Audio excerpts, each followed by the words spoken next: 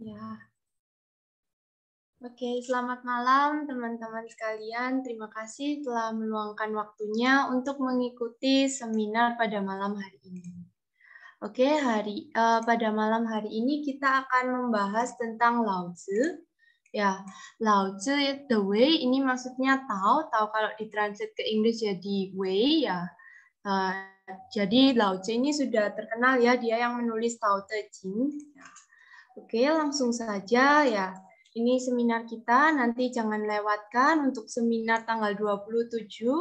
Ada Zhuangzi dan Xunzi ya, Xunzi dan Zhuangzi. Ya, ini juga lanjutannya Lao Tzu, juga sangat seru ya sainsnya dan filosofnya. Oke. Nah, ini adalah observasi dari riset pustaka saya, jadi bukan sepenuhnya pandangan pribadi penulis atau institusi, jadi bersifat sharing, dan nanti ketika Q&A, tukar pandangan dengan rekan-rekan itu sangat dipersilahkan ya. Nah, berikutnya ini pola pemikiran filosofi Cina. China. Yang pertama Confucius, kita udah bahas, Mozi dan Mencius minggu lalu kita bahas. Nah, hari ini kita bahas tentang Lao Tzu. Nah, Lao Tzu ini konon lahir pada periode yang sama dengan Confucius. Nah, dan mereka berdua ini pernah berdiskusi ya. Lalu pada pertemuan minggu depan, nanti Zhuangzi akan mengembangkan pemikiran Lao Tzu, lalu Sun Tzu akan menanggapi dan mengkritik Zhuangzi dan Mencius ya. Nah, berikutnya ini ada Lao Tzu ya. Lao Tzu itu siapa sih ya? Lao Tzu itu adalah pengarang buku Tao Te Ching dan Lao Tzu Shu. Diperkirakan lahir sekitar 570 sebelum Masehi. Nama aslinya itu Li Tan atau Li Er. Nah, konon beliau ini penjaga perpustakaan di Kerajaan Zhou. Konfusius juga pernah berdiskusi dengan Lao Tzu, ini ada dicatat di Sima Qian. Nanti kita bahas ya catatan-catatannya ini. Nah, Konfusius ini mengagumi Lao Tzu dan dia menjuluki Lao Tzu sebagai Qilong atau naga besar. Nah, aliran falsafah Tao atau Tao Xue dan agama Tao Jiao ini berbeda ya. Ya, sama ya dari satu roots tapi agamanya itu nanti dikembangkan lagi pada perkembangannya dinasti Han, dinasti Tang ya. Nah, tapi pada malam ini izinkan saya hanya menekankan pada falsafahnya ya. Jadi enggak terlalu ke agamanya ya. Kita bicara tentang falsafah yang dari Lao Tzu aja. Nah, falsafah ini menekankan pada transendensi spiritual yang mengikuti alam atau Wei juga bisa ya. Lalu tidak ingin memaksakan kehendak, pasrah gitu. Nah, kalau agama Tao menekankan seperti pada praktisinya ya, misalnya Tai Chi ya. Lalu ada pula yang mengakui adanya keberadaan dewa-dewi juga. Bahkan waktu zamannya feodal ya ada aliran alkemis zamannya Jin ya yang membuat ramuan karena terinspirasi kisah immortality dalam kitab Tao. Ini juga perkembangannya ya. Namun itu bukan dari Lao Tzu sendiri, itu dari perkembangan orang-orang yang mengikuti kitabnya Tao Te Ching terus dia mengembangkan pemikirannya Lao Tzu. Ya, namun pada malam hari penulis fokusnya pada Lao Tzu-nya, pada Tao Te Ching-nya sama falsafahnya. Nah, yang pertama Lao Tzu berkata pada Tao Te Ching bab 70 ya, kata-kataku sangat sederhana, gampang, mudah dimengerti, dan mudah dipraktekkan. Namun orang awam tidak mengerti apa yang aku katakan dan juga tidak bisa mempraktikannya. Kata-kataku bersumber dari kearifan dan kebijaksanaan pendahulu. Apa yang dipraktekkan itu ada dasarnya. Jadi Lao Tzu pun itu mendapat kebijaksanaannya dia itu ada sumbernya ya, ada sumber pustakanya dari kebijaksanaan sebelum-sebelumnya dia. Dan memang kitab Tao ini sangat gampang dan mudah dimengerti ya. Dia tulisnya gampang. Jadi ketika ada kitab, nah seperti nanti saya tampilkan bab 1, itu mungkin rekan-rekan juga bisa menangkap langsung artinya tanpa harus kita kita gali lebih dalam setelah itu ya. Jadi saya bacakan dulu, nanti rekan-rekan mungkin ada persepsi sendiri atau kira-kira artinya ini, bisa nebak-nebak dulu, nanti kita jelaskan di akhir ya. Nah, yang pertama ini ya, secara harafiah, Tao itu adalah jalan. Namun dalam buku Tao Te Ching artinya lebih mendalam. Ada 3 jenis Tao. Yang pertama Tao pada langit atau Tianzhi Tao, yang dibangun atas dasar yin dan yang. Jadi ada Tianzhi Tao, Tao pada langit, lalu Tao pada bumi, Tizhi Tao, yang dibangun atas dasar lunak, roh, dan kelas. Ya. Lalu Tao pada manusia, Renzi Tao, ini dibangun atas dasar kemanusiaan, Ren, dan keadilan, I, gitu. Jadi ini sifat-sifatnya yin yang, lunak keras, keadilan, dan kemanusiaan. Nah, berikutnya kita bahas dulu kitab-kitab yang mengarah pada Tianzhi Tao atau Tao pada langit. Yang pertama ini ya, ini juga lumayan terkenal kalau teman-teman suka baca filsafat Cina ya, Tao ke Tao, Fei Chang Tao, Ming ke Ming, Fei Chang Ming, Wu Ming, Tian Di Zhi Shi, You Ming, Wan Wu Zhi Shi, You Ming, Wan Wu Zhi Mu.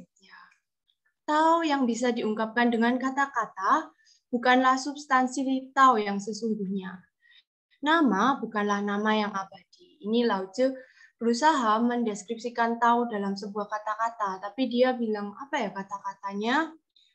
Nama yang bisa diungkapkan dari kata-kata bukanlah substansi Tao yang sesungguhnya. Wu disebut sebagai awal dari terciptanya langit dan bumi. Wu itu bisa diartikan nanti kekosongannya, kekosongan. Yo itu artinya ada. Ada dikatakan sebagai ibunda dari segala yang ada di alam semesta. Bila orang bebas nafsu keinginan atau wu, baru mampu memahami Tao. Jika pikirannya belum wu, maka Tao dipahami sebatas kulitnya saja. Yo ada dan wu tiada. Keluar dari sumber yang sama, tapi beda nama. Keduanya mengandung misteri, misteri dari segala misteri. Keduanya adalah pintu gerbang dari segala keajaiban. Ya, ini adalah kitab penciptaan ya kalau di Tao. Nah, ini lalu lanjut. Yang pertama bab 25 ya berikutnya tentang Tianzhi Tao adalah tubuh Tao yang samar-samar di alam semesta. Sudah ada sebelum langit dan bumi diciptakan. Betapa hening, hampa, kosong waktu itu. Dia adalah tunggal, tidak pernah berubah.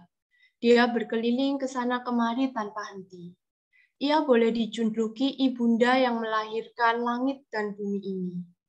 Aku tidak tahu siapa namanya. Kuberikan nama Tao.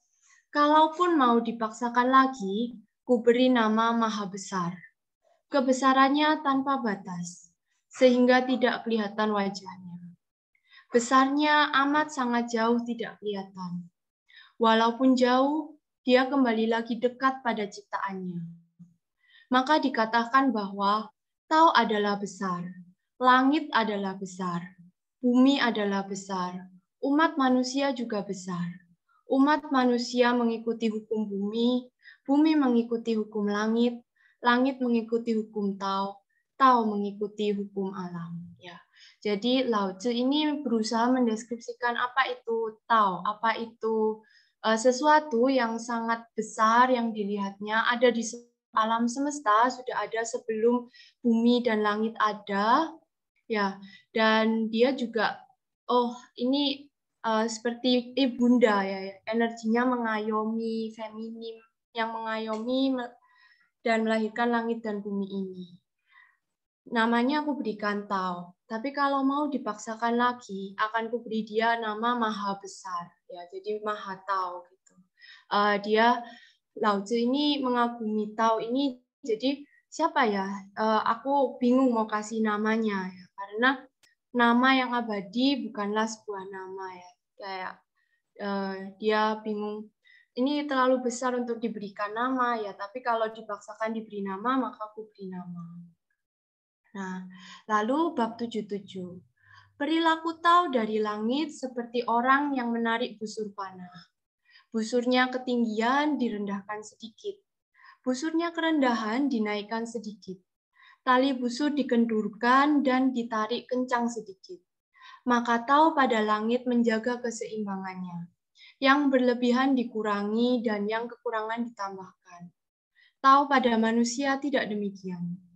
Hanya orang yang berjiwa Tao yang bisa memberikan kelebihan pada yang kekurangan.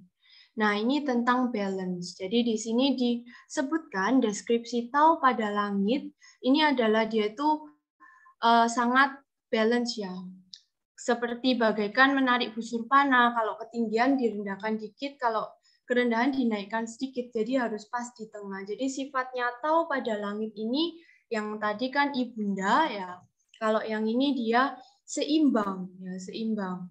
Semuanya seimbang. Nah, lalu kenapa Tao pada manusia tidak demikian? Nah, ini karena kembali lagi kita makhluk ya yang punya free will ya. Jadi kita bisa memilih, kadang kita bisa milih tidak seimbang juga. Namun kalau orang itu berjiwa Tao dan selaras dengan sifat-sifat Tao pada langit ini, dia itu hidupnya seimbang, memberikan kelebihan pada yang kekurangan. Nah, ini Tao pada langit ya. Lalu kita masuk ke pemahaman Dizhi Tao atau Tao pada bumi ya. Nah, yang pertama kita baca dulu yang kanan ya. Sebenarnya kalau baca kitab kuno itu kalau buku aslinya dari Tiongkok itu dari kanan dulu ya dia. Nah, yang pertama Wei. Wei itu apa ya? Jadi nanti bakalan banyak kata Wei ya. Wei ini diartikan secara harafiah itu tidak ada atau tidak punya atau kosong, hampa, tiada. Nah, secara harafiah itu nggak melakukan apa-apa ya. Misalnya nggak ngapa-ngapain itu uwe, tapi kita harus cari arti mendalamnya. Jadi seperti alam yang memberi tanpa diminta, memberi tanpa pamrih ya. Nah, contoh sifat uwe pada manusia itu mengubah dan berkarya tanpa terlihat. Misalnya, uwe puwe ya, mendidik tanpa bicara juga bisa ya. Tianti puyi ya, wu sheng chang ya. Jadi meskipun langit dan bumi itu mendidik kita diam dia, tapi dalam hidup ini kita kan bicara, kita belajar banyak ya dari kehidupan ini. Nah, itu arti ini. Jadi kalau manusia mau mencontoh Uwei, ya contohnya kita seperti Konfusius pada pertemuan 1 misalnya, mengubah suasana sekitar dengan diem aja kayak gitu. Atau ini ya berkarya tanpa terlihat. Jadi nggak menonjolkan diri kayak gitu. Ya undercover. Nah, kalau Yowei ini kalau artinya itu berbuat dan melakukan. Secara harfiah ada tindakan. Nah, secara mendalam atau contohnya dalam kehidupan sehari-hari itu berkebalikan dari Wei ya. Sifat Yowei pada manusia adalah melakukan sesuatu agar terlihat, jadi pamer gitu. Bahkan mengharapkan apresiasi balas jasa, pahala di afterlife, dan lain-lain. Memperlihatkan jika sedang berkarya dan banyak bicara ya. Sebenarnya nggak ada baik buruk ya, Uwe sama Yowe ini harus seimbang. Kalau kebanyakan Yowe jadinya seperti contoh ini gitu. Jadi itu Uwe dan Yowe. Lalu ini sekarang bab 43 pada Tao Te Ching adalah yang paling lunak di dunia ini mampu menembus yang paling keras di dunia ini. Kekuatan yang tanpa wujud ini mampu menetralisir benda yang keras dan tanpa celah. Lalu, disitulah aku mengerti Uwe. Mendidik tanpa bicara adalah Uwe. Di dunia ini, sedikit sekali orang yang paham dan mampu mempraktekannya. Ya. Jadi ini ada, yang pertama, ini kan tentang Tao pada bumi ya. Jadi di sini deskripsinya adalah tentang elemennya, ada elemen yang lunak, ada yang keras, seperti itu. Nah, lalu yang di part kedua ini adalah tentang Uwe, ya, mendidik tanpa bicara adalah Uwe. Nah, ini memang ya mendidik tanpa bicara ini membutuhkan kebijaksanaan juga ya untuk kita bisa membuat orang lain terdidik tapi kitanya diam gitu, atau untuk Uwe ini juga membutuhkan praktek ya, maka itu ada orang yang mempraktikannya dan menjadi Taois seperti itu. Nah, ini tentang keras dan lunak ya. Nah, ini ilustrasinya itu seperti pohon oak sama bambu ya. Nah, dunia ini cenderung melihat powerful adalah elemen yang kuat. Mengontrol, berat, kaku adalah yang terkuat ya. Namun beda sama Lao Tzu. Kita mungkin pernah dengar ya mungkin di sehari-hari misalnya, kamu terlalu baik, kamu terlalu sabar, kamu harus galak sedikit. Nah, itu karena dunia itu menganggap kita itu harus galak, kuat ya, biar kelihatan kuat gitu ya. Jadi seperti pohon oak ini ya, tapi tidak dengan Lao Tzu ya. Lao Tzu itu mengibaratkan kita harus lunak ya, seperti bambu ya. Nah, kenapa seperti bambu ya? Kita mungkin sering dengar kalau pohon oak pas kena badai dia pasti cepat jatuh ya. Kalau cepat patah karena kekakuannya dia. Tapi kalau bambu mungkin bambu yang agak keras aja yang jatuh ya. Yang lain dia akan tetap bertahan setelah badai. Nah, ini maksudnya Lao Tzu ya di ini Tiju Tao. Nah, berikutnya, apakah kita hanya hidup mengikuti arus atau cuma go with the flow ya? Tidak ya, karena kita kan manusia bukan pohon. Manusia itu punya kehendak bebas dan akal budi. Nah, lalu bagaimana ya? Nah, ini juga ada ayatnya ya.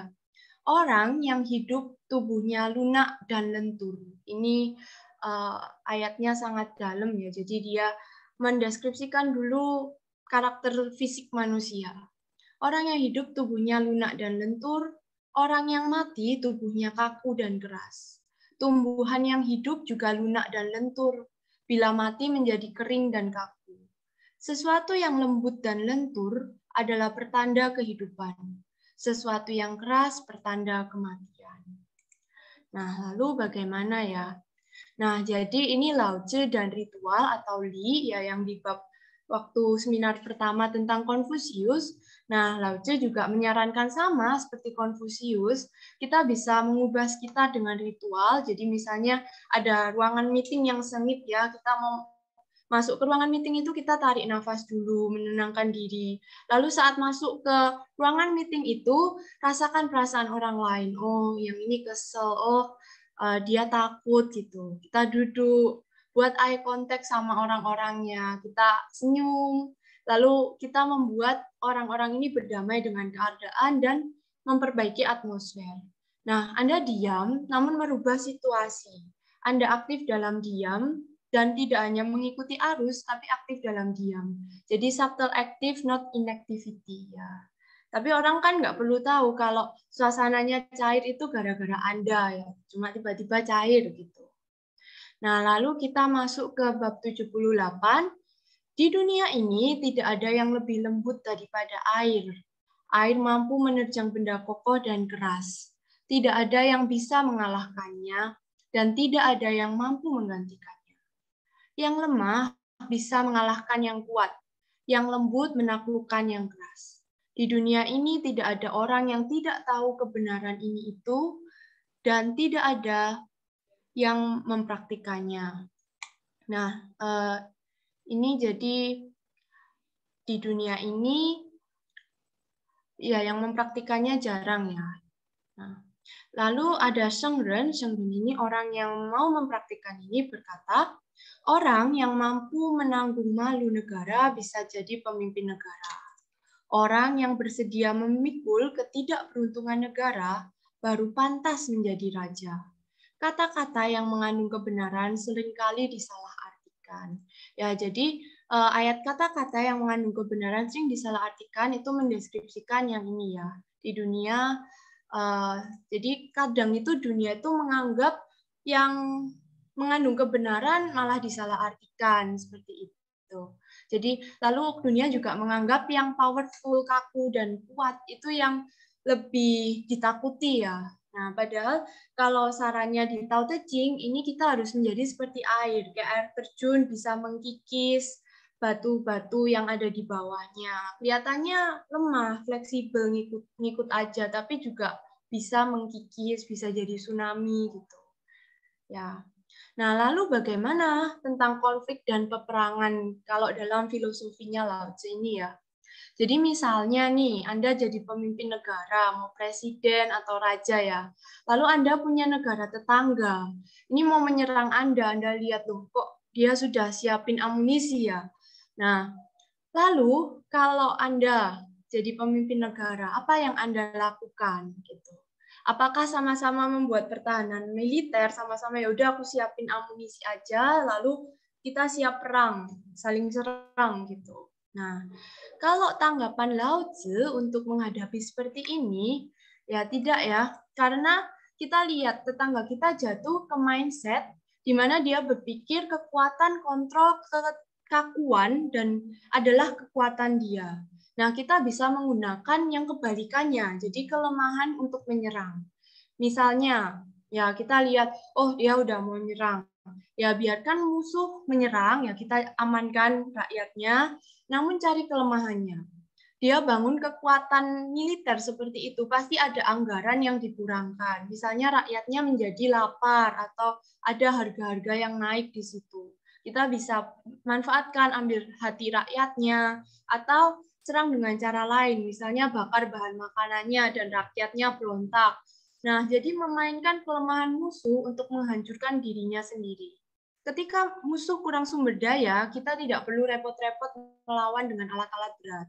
Jadi rasakan kelemahan musuh, semakin musuh ada ekspektasi kuat, ego, dan lain-lain, kemampuan kita untuk mengalahkannya itu lebih gampang ya untuk mendorong ke kejatuhannya sendiri ya. Jadi kalau Lao Tzu ya never play strength to strength ya, jangan kuat sama kuat ya. Jadi kita harus lihat lemahnya di mana, egonya di mana. Ini juga bisa buat sehari-hari ya, lihat sensing. Nah, misalnya fun fact ya, olahraga judo atau rotao ini juga berprinsip ini ya. Jadi ketika musuh berusaha mengalahkanmu, kita harus merasakan kelemahan musuh buat menjatuhkan lawan itu. Nah, ini filosofinya Lao Tzu. Nah, berikutnya Lao Tzu berkata, dunia ini sakral. Bila ada orang yang berambisi ingin menguasai dunia, aku kira dia tidak akan berhasil. Dunia ini adalah wadah yang sakral. Tidak mungkin dikuasai oleh siapapun. Orang yang melakukannya tidak akan pernah berhasil. Dan bila dipaksakan, dia akan gagal. Ya. Jadi Lao Tzu menganggap dunia ini adalah sakral. Ya. Nah, lalu berikutnya ini. Kalau ingin membuat lawan ciut, biarlah ia membual sementara dulu. Jika ingin membuat lawan lemah, biarkan ia menguat sementara dulu. Bila ingin membuatnya jatuh, biarlah lawan mengangkat diri setinggi mungkin dulu. Bila ingin mendapatkan sesuatu darinya, berilah keuntungan lebih dahulu untuknya. Ini cara mengalahkan musuh yang cemerlang. Lemah lembut dapat mengalahkan yang kuat keras. Nah, ini intinya dia ya. Kuat, keras, dan lemah lembut. Ya. Nah, lalu dia menjelaskan lagi tentang deskripsi planet bumi. Jadi tadi udah ada sifat ya, lunak sama keras. Sekarang deskripsi planet bumi ini. Planet bumi ini punya awal mulanya. Dia berperan jadi ibunda dari segala yang ada. Kalau sudah punya ibundanya, baru bisa ada anaknya. Anak kembali ke dalam pelukan ibundanya. Sepanjang hidupnya bebas dari bahaya. Tutup rapat pintu keluar masuknya nafsu. Bila memenuhi diri dengan banyak urusan keduniawian, bisa tidak tertolong. Mampu melihat hal-hal kecil adalah kecerdasan. Mempertahankan kelemah lembutan tanda batin yang kuat. Gunakan pancaran sinar tau dan kembali ke dalam. Niscaya tak ada bencana bagi diri. Nah, jadi di sini karena ini ya, karena ditranslate dari kitab Chinese. Nah, di sini keduniawian dan masuk ke pelukan ibu bumi itu beda makna ya. Kalau keduniawian kita sibuk dengan hal-hal material yang nggak abadi, tapi kalau kembali ke pelukan ibu bumi itu kita menyelaraskan diri dengan vibrasinya ibu bumi ya. Nanti akan kita bahas ya setelah ini.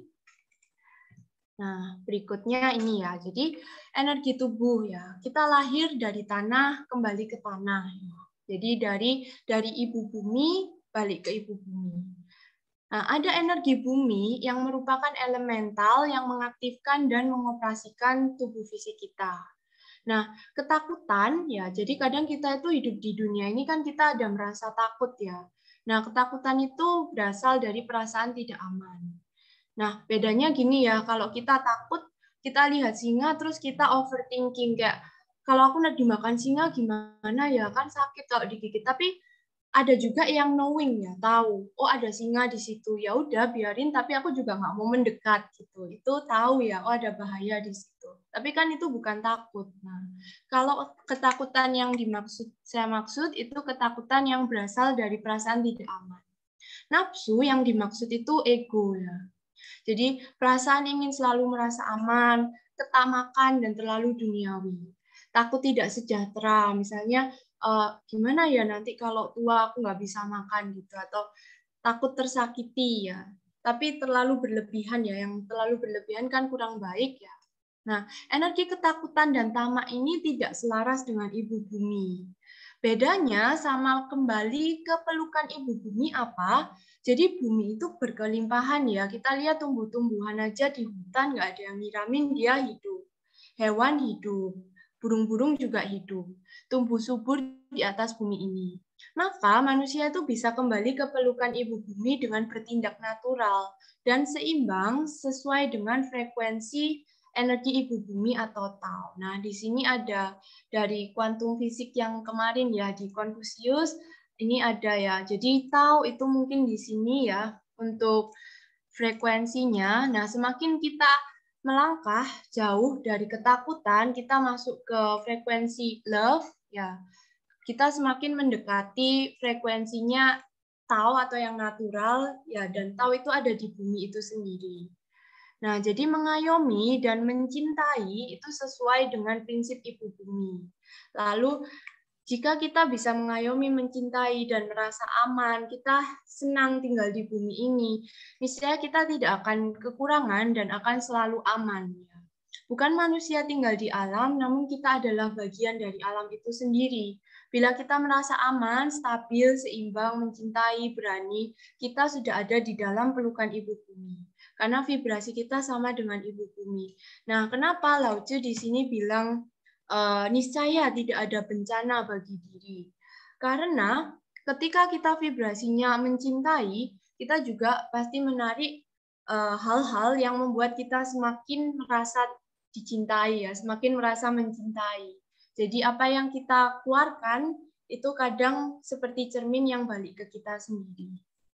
Nah, itu lalu ini ya, negara yang mengikuti vibrasi bumi ya, itu gimana? Kalau dalam Tao Te Ching, negara besar yang mau merendah seperti di bawah arus ya. Seperti di bawah arus ratusan sungai baru bisa menjadi pusat pertemuan sedunia. Jadi negara besar namun mau merendah seperti sungai yang mengalir. Lalu negara besar mau berperan feminim atau keibuan. Ketenangan feminim mampu menaklukkan maskulin yang keras. Feminim dengan ketenangannya mau merendah. Maka negara besar yang merendah dan mengayomi akan mengambil hati negara kecil. Negara kecil mendapatkan perlindungan dan terjadilah keharmonisan. Jadi Lao Tzu menganggap kalau negara mengikuti vibrasi bumi seperti apa ya, yang mengayomi ya, yang mengayomi negara-negara kecil. Nah, lalu berikutnya tentang manusia ya, Tao pada manusia. Jadi di dalam diri manusia itu juga ada Tao. Human nature makanya namanya. Jadi ada nature, ada alam di dalam kita. Kita itu nggak hidup di alam, tapi kitalah alam juga ya. Nah, ini dari buku Tao Tai Bulletin ya, dari Tridharma. Tao itu sama dengan ilmu pengetahuan ya. Pada awalnya semua adalah kosong, lalu timbul yin dan yang. Sifat pria dan wanita disebut Tai Chi. Lalu lahirlah benda dan makhluk yang tersebar di seluruh jagat. Nah, menurut teori sains, asal mulanya ada dua unsur, yaitu proton dan elektron. Setelah atom bersatu, kemudian menjadi molekul.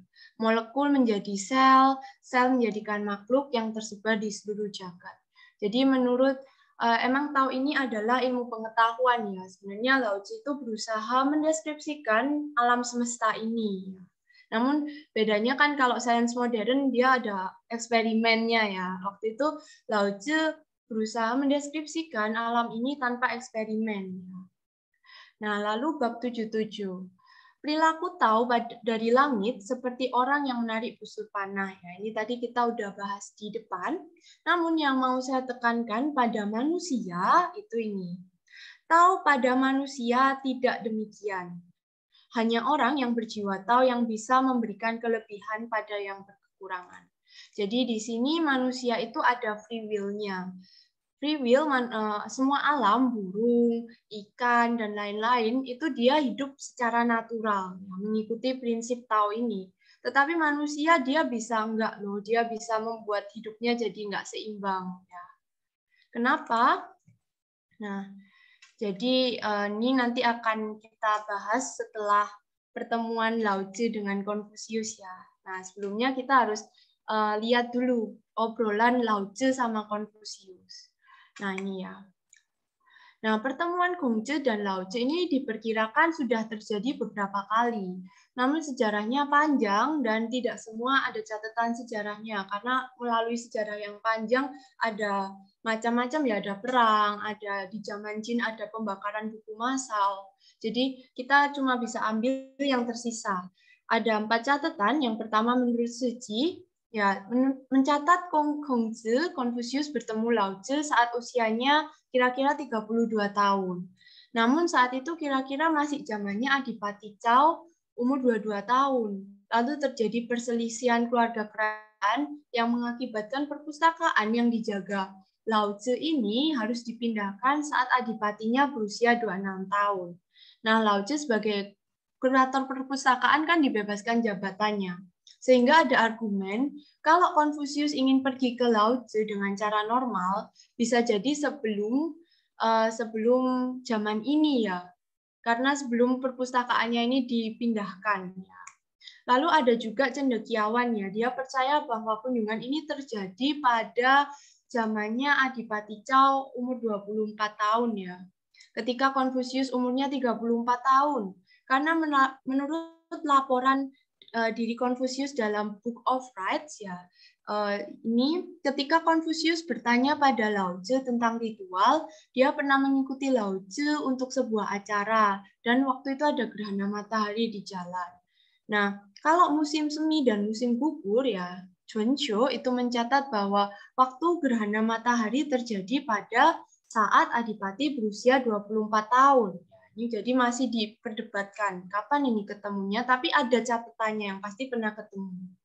Lalu ada profesor ya, Profesor Xu Fuquan percaya bahwa Li Ji ini disusun pada dinasti Han dan pertentangan antara Konfusianisme dan Taoisme menjadi sangat jelas. Oleh karena itu, hal-hal yang dicatat dalam Cheng Chi Wen ini tadi memang harus diturunkan dari literatur prajin. Ada hal yang nyata. Kalau tidak, mengapa Konfusianisme di awal dinasti Han mencampur adukkan untuk meningkatkan aspirasi orang lain ya. Namun pada buku Book of Rites juga dicatat nih pertemuannya Konfusius dan Lao Tzu. Jadi kalau profesor ini percaya ini kayaknya ditulis setelah dinasti Han, bukan aslinya waktu zaman Jin sebelum dinasti Han dulu, karena kenapa dicampur aduk ya kalau gini gitu. Lalu dalam catatan Sui Jingzhu, Wei Shuizhu, pada usia 17 tahun, Konfusius menemui Lao Tzu untuk menanyakan tentang Li.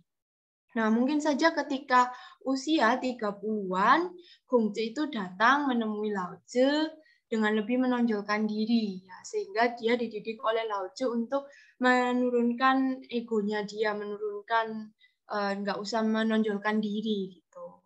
Nah, ini jadi beberapa perdebatan ya, kapan ketemunya ya. Yang jelas kita ambil kesimpulan kalau ada catatan yang bilang kalau mereka berdua pernah ketemu ya. Ada di Book of Rites, di Suci, dan lain-lain. Hanya saja untuk timeline-nya itu cendekiawan China, Tiongkok itu susah untuk memastikan kapan tepatnya. Nah, lalu ini ya, menurut Cixi, Lao Tzu, dan Konfusius memiliki komunikasi yang mendalam. Dia berkata kepada Konfusius, ya, Lao Tzu berkata kepada Konfusius, pria itu akan mengemudi ketika waktunya tepat, dan dia akan berjalan ketika waktunya tepat. Artinya ketika saatnya tiba, ikutilah. Jadi Lao Tzu memberikan wejangan pada Konfusius ya. Selain itu, Lao Tzu juga memberitahu Konfusius, harta terpendam seseorang pria yang baik adalah seperti kekosongan, dan penampilan seorang pria yang berbudi luhur adalah seperti ketidaktahuan. Menghilangkan kesombongan dan keinginan berlebihan anak laki-laki ini of men ya, kayak gitu, penampilan dan ambisinya yang penuh nafsu. Karena ambisi dan penuh nafsu itu menurut Lao Tzu adalah sia-sia. Nah, setelah pergi, Konfusius berkata pada murid-muridnya, nah seekor burung saya tahu dia bisa terbang, seekor ikan saya tahu bisa berenang, bisa ditangkap, seekor binatang saya tahu dia bisa lari. Mereka yang bisa lari bisa ditangkap, yang bisa terbang juga ya. Lalu aku baru saja melihat naga. Saya tidak tahu apa yang harus dilakukan dengan naga ini. Dia membumbung ke langit-langit angkasa, ya, langit dan angin. Nah, dia itu mengatakan bahwa Lao Tzu ini seperti julung atau seperti naga besar. Aku nggak tahu, kalau aku lihat naga itu harus diapakan. Kalau binatang melata aku bisa tangkap, ikan aku bisa pancing. Kalau hewan apa ya, burung bisa aku panah. Tapi kalau naga, aku barusan lihat naga yang dimana ia terbang ke langit ya. Ini kayak perumpamaannya Konfusius untuk mendeskripsikan Lao Tzu. Nah, sekarang di manusia itu kita masuk ke pengertian tentang te-nya dulu. Te artinya kebajikan, moral, akhlak, virtu, pandangan hidup, pandangan sosial. Nah, orang yang memiliki kebajikan tinggi itu tidak pamer ya. Lao Tzu mendeskripsikan orang yang memiliki te sebagai berikut. Bijak, lapang dada, tanpa batas, mampu melihat semua kehidupan di dunia yang berkembang dengan natural, dinamis, tidak memaksakan kehendak. Ya, ini orang yang punya prinsip te menurut Lao Tzu. Orang yang sesuai sama Tao pada langit bumi itu bagaimana? Ya, orang yang memiliki te. Yang seperti ini kira-kiranya. Nah, lalu kita masuk ke bab 38.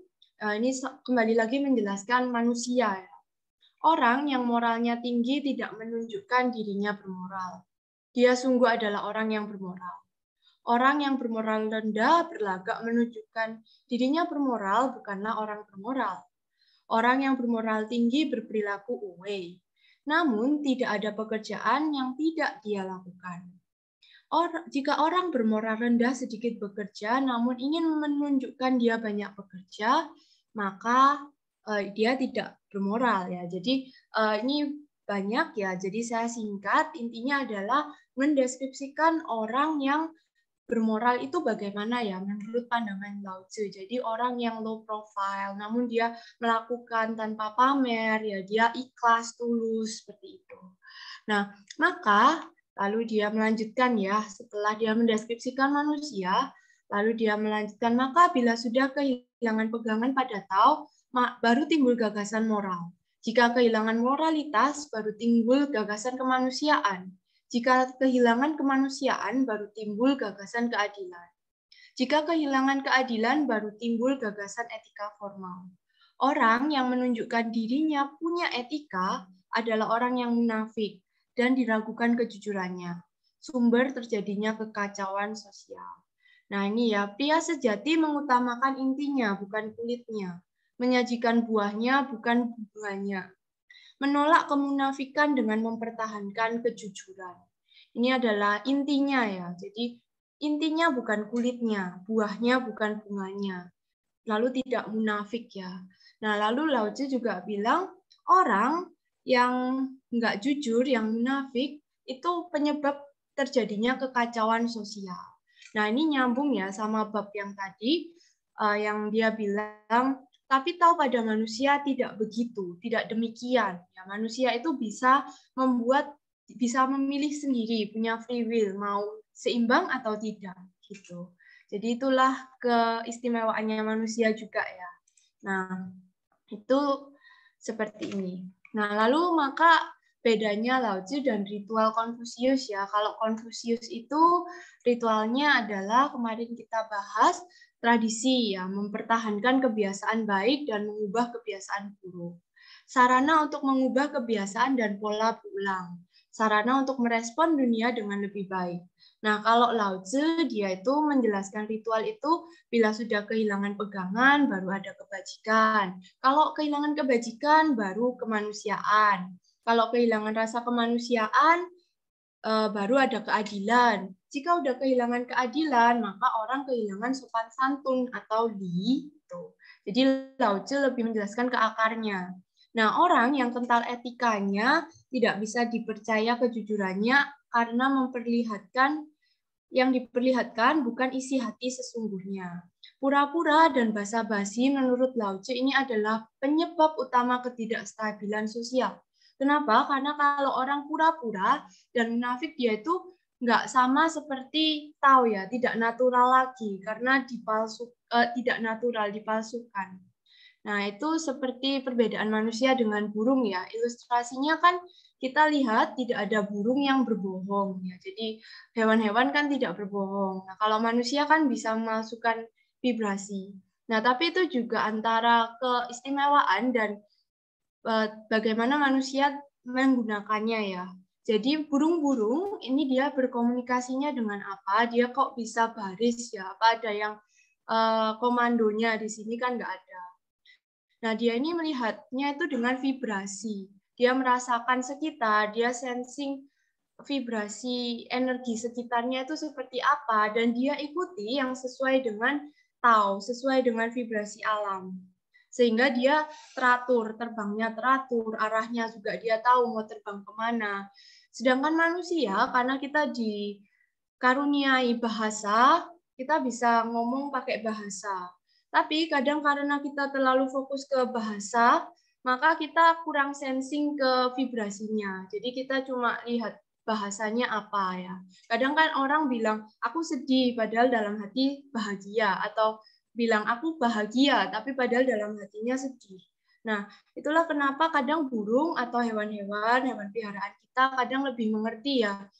Meskipun kita bilangnya kita bahagia, tapi pas kita sedih, hewan peliharaan kita itu paham kalau kita sedih, karena dia lebih sensing ke vibrasinya, energinya sekitar bagaimana. Nah, ini menurut buku Sapiens ya, perbedaan kesadaran manusia dan hewan. Hewan itu tidak terlalu menyadari adanya past, future, present ya.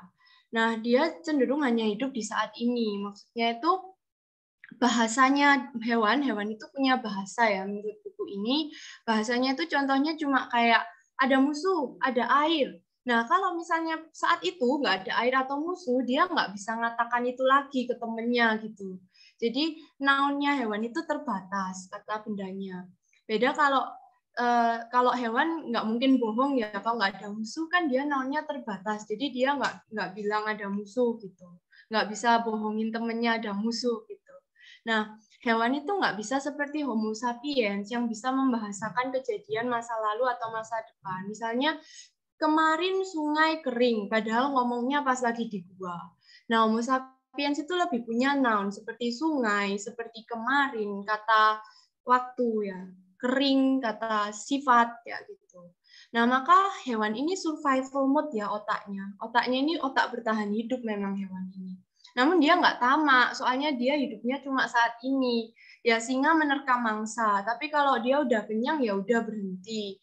Dia nggak akan, oh aku harus menerkam mangsa sebanyak-banyaknya ini. Harus sekelompok rusa ini aku habisi supaya aku bisa makan sampai bulan depan, tahun depan. Dia nggak mikir gitu ya. Dia cuma mikir saat ini kenyang, ya udah besok cari lagi gitu.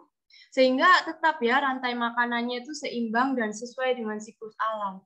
Tapi manusia yang hidupnya survival mode, dia bisa memikirkan masa depan ya. Misalnya takut kalau nanti di masa depan nggak sejahtera gimana. Akhirnya tamak, lalu menyebabkan eksploitasi sumber daya alam, bisa polusi, dan lain sebagainya. Itu manusia yang bisa survival mode ya. Nah, orang kalau misalnya dia sesuai dengan hukum Tao ini, dia akan lebih bijaksana dengan alamnya. Jadi kalau orang itu bisa sensing, dia pinter, tapi dia bisa sensing sekitar, dia lebih bisa menyeimbangkan alam itu. Nah, itulah yang dimaksud Lao Tzu.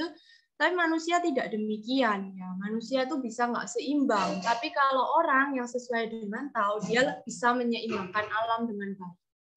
Nah, itu.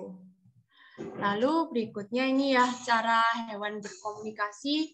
Kalau kemunafikan dan energi itu seperti apa sih?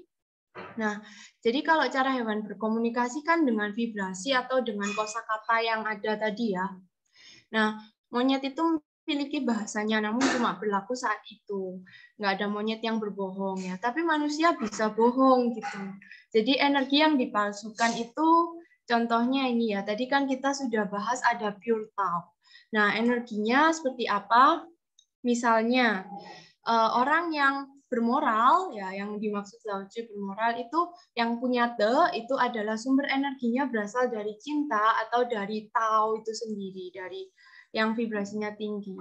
Nah, orang yang tidak bermoral kebanyakan dari rasa takut ini ya, pride, anger, grief, dan lain-lain. Nah, tapi kan orang bisa memalsukan ya. Orang bisa ya menampilkan mimik muka perkataan seolah-olah love, I love you. Ya padahal dalam energinya, dalam hati itu dia takut, dia fear, aku takut gitu. Tapi ya udah, aku harus bilang love untuk mempertahankan posisiku gitu. Nah, jika lawan bicaranya peka terhadap energi atau kita bilangnya orang yang empatinya tinggi gitu ya, kita bisa mengendus ya, bisa terasa seperti feeling atau intuisi kok kayaknya ada yang aneh gitu. Nah, tapi kan banyak juga orang yang tidak terlalu peka dengan energi sekitar, tidak sensing kayak hewan.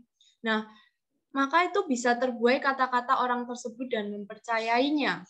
Bahkan energi kekurangan dan berkelimpahan itu juga bisa dikenali dan dimanipulasikan. Nah, energi kekurangan itu gimana ya? Energi berkelimpahan itu misalnya perasaan aman ya. Aku merasa berkecukupan, aku bersyukur dengan apa yang aku miliki sekarang, nggak peduli ya. Pokoknya bisa makan, nggak harus yang banyak sekali gitu. Itu energi berkelimpahan. Tapi kan ada juga yang orang memalsukan ya, seolah-olah aku ini ada di energi berkelimpahan, aku memamerkan harta bendaku, tapi sebenarnya di dalam hati itu takut rugi gitu. Nah, itu juga bisa dikenali ya, bisa dilihat kalau peka. Nah, lalu Lao Tzu berkata lagi ya, tidak ada bencana yang lebih besar daripada merasa diri belum cukup. Nah, ini yang saya bilang tadi, energi kekurangan. Tidak ada bahaya yang lebih besar daripada keserakahan. Oleh karenanya, orang yang merasa sudah cukup selamanya berkecukupan. Ini menurut Lao Tzu. Nah, ini tuh bukan tentang kaya dan miskin ya, namun tentang mentalitas kekurangan dan berkecukupan, bersyukur atau mengeluh. Nah, misalnya kita ada orang miskin ya, contohnya misalnya ada orang yang keadaan ekonominya kurang baik ya, atau kita sebut aja contoh A ini orangnya miskin yang bermentalitas kekurangan. Nah, dia akan cenderung menjadi kikir, pelit, dan benci. Kayak cari uang susah, ngapain aku kasihan ke si A gitu. Jadi pelit ya, atau malah mencuri. Itu kalau orang kaya, tapi jadi sudah diberikan banyak nih sama semesta, namun merasa kekurangan, dia akan menjadi tamak, serakah, dan takut kehilangan. Namun orang yang merasa dirinya cukup niscaya akan selalu berkecukupan ya. Nah, ini kalau miskin jadi pelit, kalau kaya cenderung tamak ya, jadi serakah. Maunya ambil terus karena dia takut kehilangan. Nah, itu tentang mentalitas. Nah, kalau katanya Lao Tzu ya, orang yang percaya dirinya cukup akan selalu berkecukupan. Itu seperti di kitab Kanying. Kanying ini lebih baru ya dari Lao Tzu. Jadi energi yang sefrekuensi akan menarik yang sefrekuensi. Kalau merasa cukup akan cukup terus. Kalau merasa kurang akan ada hal-hal yang membuat kita malah kekurangan. Nah, ini juga bukan himbauan untuk malas ya. Ya sudahlah, udah cukup. Nggak perlu mengembangkan lagi usahaku, udah cukup segini aja gitu. Dan ini bukan ayat tentang malas ya, bukan tentang stagnan dan gamang. Seimbang berbeda dengan kemalasan. Nah, alam aja selalu berevolusi dan berkembang. Nah, lalu seperti apa kita bisa mencontoh burung tadi ya? Hendaklah seperti burung, dia kan nggak khawatir tuh nggak dapat makan, namun tetap hidup aja dipelihara sama semesta, sama Tuhan ya. Dia selalu dapat makan juga, namun tetap terbang jauh.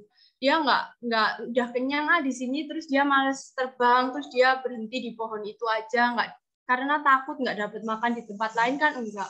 Jadi tetap terbang tanpa merasa kekurangan. Nah itu. Lalu berikutnya ayat 41 ini mendeskripsikan tentang manusia lagi. Orang dengan kecerdasan tinggi mendengar Maha Tahu, rajin mempraktekkan ajarannya. Orang dengan kecerdasan sedang mendengar tahu di dalam antara percaya dan nggak percaya ya. Orang dengan kecerdasan rendah mendengar tahu, dia menertawakannya terbahak-bahak. Nah, tapi Lao-Tzu juga bilang, kalau nggak ditertawakan manusia, berarti Maha Tahu itu nggak ada artinya. Karena Maha Tahu ini agung ya, jadi maklum lah kalau misalnya ada yang tertawa gitu, yang nggak mengerti. Nah, zaman dulu ada pepatah mengatakan maha yang terang benderang seperti gelap samar-samar. Mengikuti Tao seperti berjalan mundur. Jalan Tao yang rata lurus seperti berliku-liku. Tinggi kebajikan seperti lembah di tempat rendah. Hatinya putih bersih seperti orang hina. Tinggi kebajikan seperti masih belum cukup. Teguh kebajikan seperti orang tak bergairah.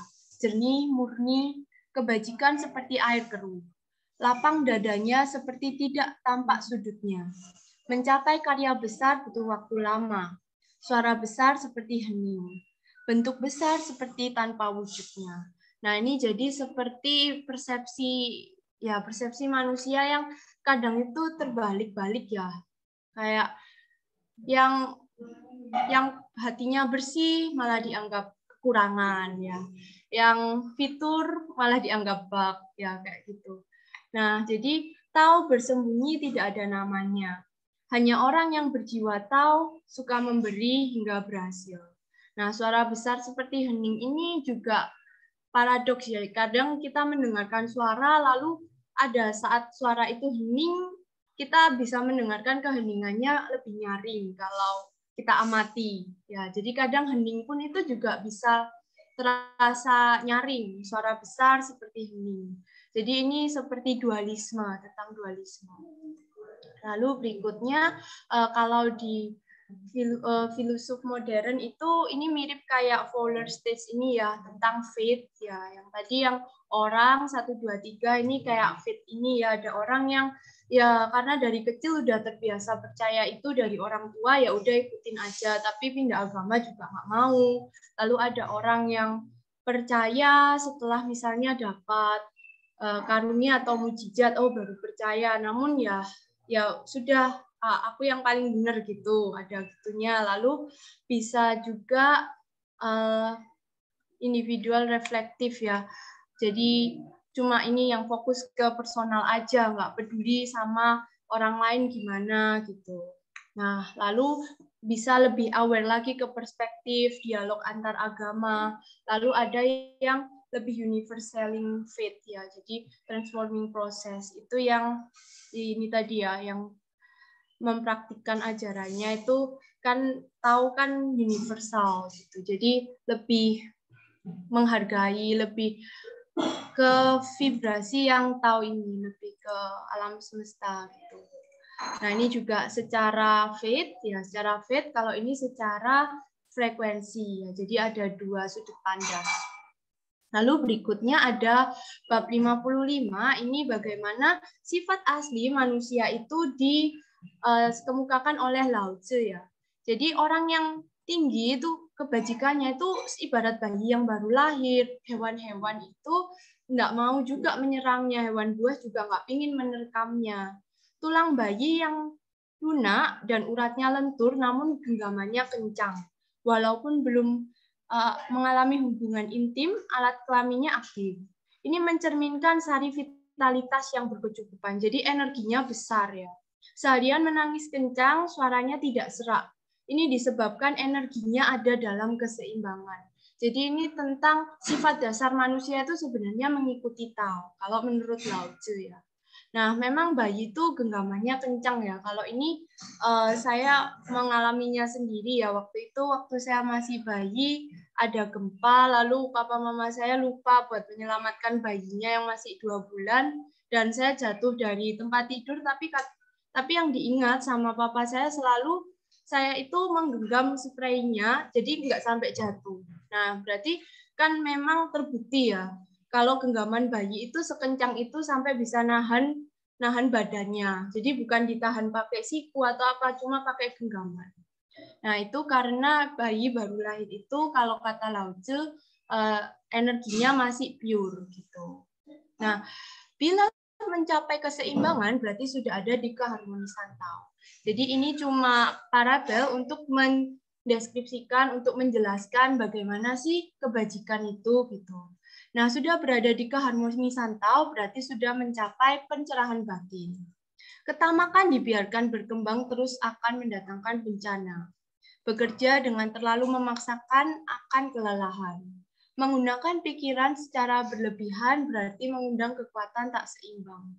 Nah, ini berbahaya untuk bernafas dengan pikiran sadar ya. Maksudnya nggak sesuai Tao ya. Misalnya, menggunakan pikiran sadar secara berlebihan itu seperti apa? Kan manusia itu jantung dan usus ada gerakannya sendiri ya. Nafas kita pun itu kita nggak ngapa-ngapain, dia juga otomatis nafas. Nah, coba misalnya kita mengamati nafas kita, oh, aku tarik nafas, oh, aku buang nafas. Nah, itu kan kita merasa seperti, oh, aku mengamati nafasku. Hebat ya nafasku ini. Tapi ketika kita mengamati nafas, kadang ada perasaan di dalam diri kita yang cenderung ingin mengontrol nafas kita. Sekarang tarik nafas, sekarang buang nafas. Nah, itu yang dimaksud pikiran sadar terlalu ingin mengontrol yang seharusnya terjadi natural tapi ingin dikontrol ya. Contohnya kayak gitu. Lalu ada orang yang membiarkan emosinya melalui impuls yang kuat. Jadi hal-hal yang menjadi kuat dan keras maka ia akan menimang. Semuanya yang tidak seimbang bertentangan dengan Tao. Bertentangan dengan Tao berarti akan segera berhenti dengan lebih awal ya. Jadi ini tentang bagaimana kita itu harus membiarkan apa yang natural, biarkan natural. Kalau kita nafas saja dikontrol, maka itu akan membiarkan kita berhenti lebih awal. Nah, maka bagaimana orang menurut Tao? Yang pertama, orang bijak itu seperti bayi ya. Ada pepatah Renci Chu Xin Pen Shan. Bayi baru lahir membawa karakter baik sehingga makhluk-makhluk lain pun akan memelihara dan melindunginya.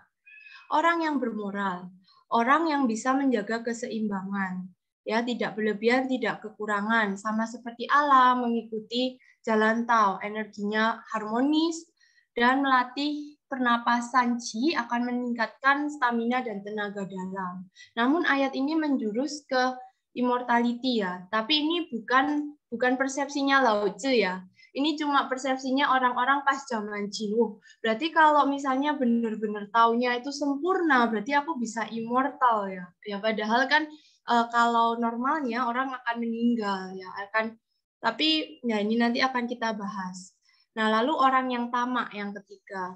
Semua yang berlebihan dan tidak seimbang, tidak sesuai dengan prinsip Tao itu akan berhenti lebih awal ya.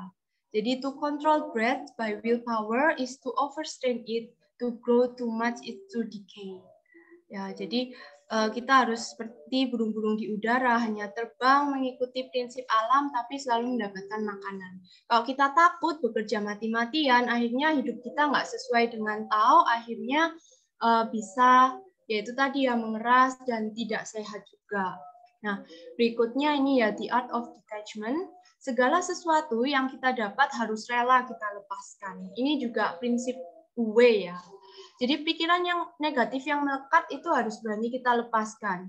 Belajar dan rela melepaskan nafsu, keinginan, ego, keakuan adalah jalan menuju kebebasan. Uwo, erjiyo. Bila mencapai kebebasan, energi tubuhnya juga akan menjadi pure seperti bayi yang baru lahir tadi. Nah, ini tentang bagaimana manusia itu rela melepaskan, biarkan semuanya natural. Nah, ini yang tentang ramuan keabadian, tapi ini fun fact aja ya, karena memang di China zaman dulu itu juga ada alkemis ya. Kalau inner alkemis, Qi ya, dan melatih pernafasan aja. Kalau outer, ini mengubah alkimia ya, seperti yang misi menemukan ramuan keabadian ini. Nah, ini jadi alkemis-alkemis Tiongkok itu dia mau mengubah suatu mineral, kalau misalnya energinya sempurna itu dia akan menjadi emas. Emas itu dipandang yang yin dan yang-nya itu yang paling balance ya. Nah, ada mineral yang bisa menjadikan emas kira-kira 4.000 tahun lamanya, tapi alkemis ini mencoba gimana ya caranya mempercepat batu supaya jadi emas lebih cepat. Tapi tujuannya bukan untuk memperkaya diri ya, tujuannya malah untuk membuat ramuan keabadian. Nah, dari sudut pandang ini dia mencari gimana ya ramuan yang membuat energi manusia itu sangat seimbang yin dan yang-nya, sehingga dengan harapan nanti di alam kematian itu dia akan menjadi ya pertama immortal, yang kedua mungkin menjadi semacam malaikat gitu ya di alam kematian karena energinya sangat seimbang.